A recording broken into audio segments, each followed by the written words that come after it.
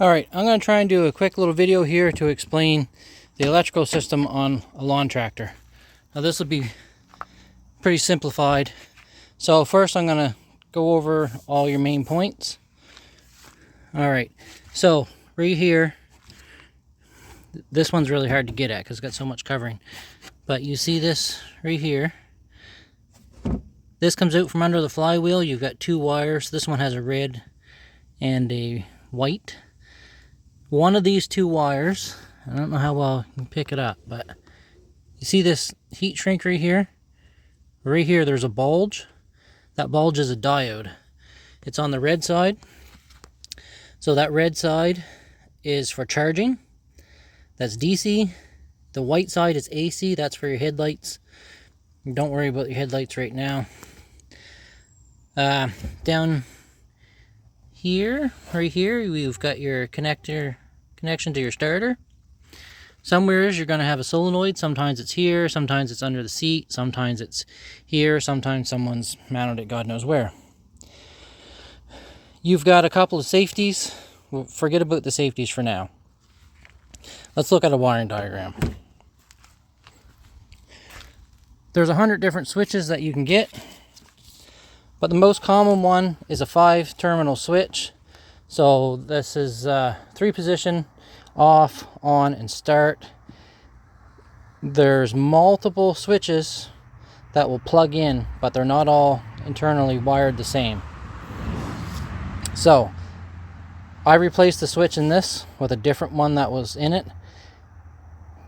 because the switch was bad and I didn't have the right one. Also, by the time I get these tractors, someone has almost always been into them. Very seldomly do I hook one up and it works.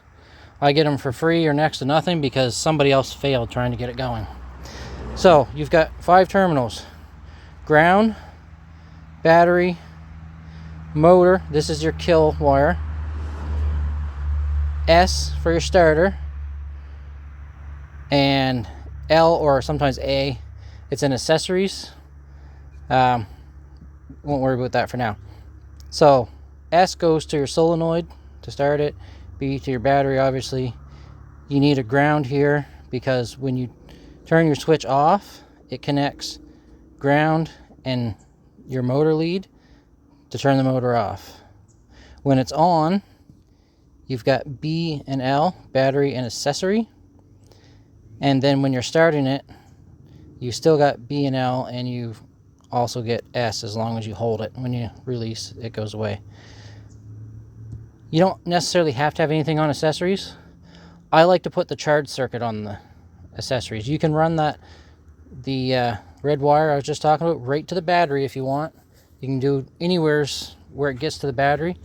But I like to put it on that accessory because if there's anything wrong with the tractor that would drain your battery over time, when you turn your switch off, it disconnects that coil from your battery. So there are scenarios where that charge coil under your flywheel could be leaking voltage and eventually it will kill your battery.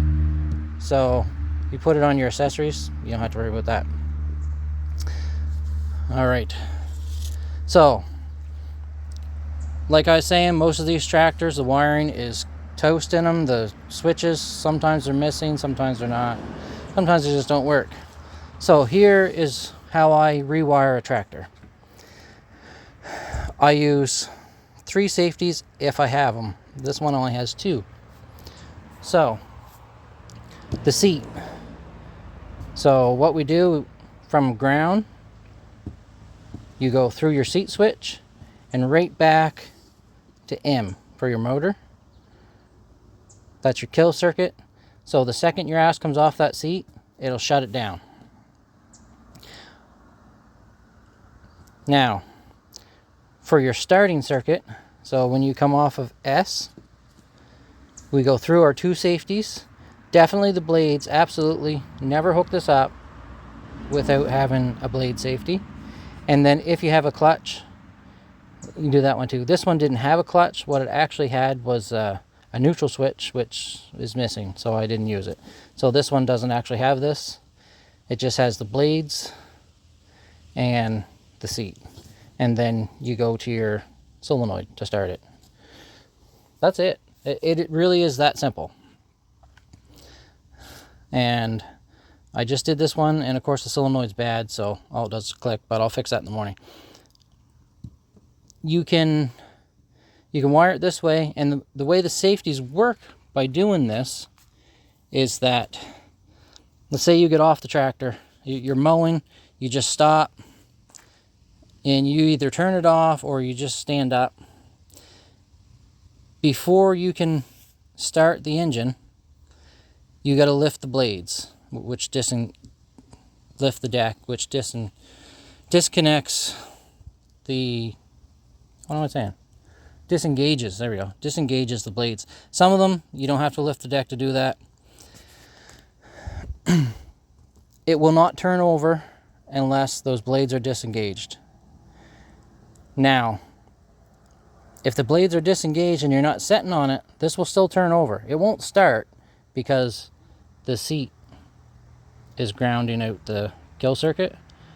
So I could stand beside this with the blades up and just crank it until it kills the battery. It's not going to start. It'll flood it, but it's not going to start. You got to be sitting on it to start it. I know most of them, you put them in park and turn the blades off. You can start them without getting them. It's convenient.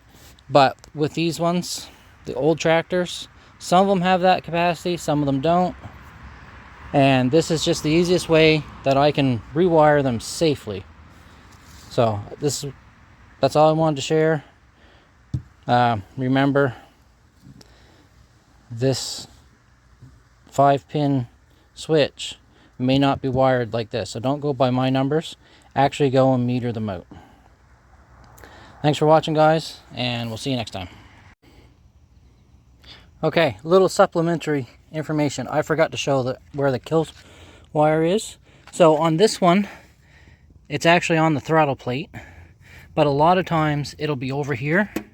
It'll come out a single wire with a little quick connect, round connection, and it just goes right off your coil. It'll go out there. This one, actually this is the one right here that comes off the coil, and it goes to this little insulated nut, and then the kill switch plugs into that. And I don't know if I can, yeah, there. So right there I've got 3 wires spliced together. So this one goes to the motor, this one goes back to the seat, and this one goes up to the switch. So either the switch can turn it off or the seat can turn it off. Anyway, thanks for watching.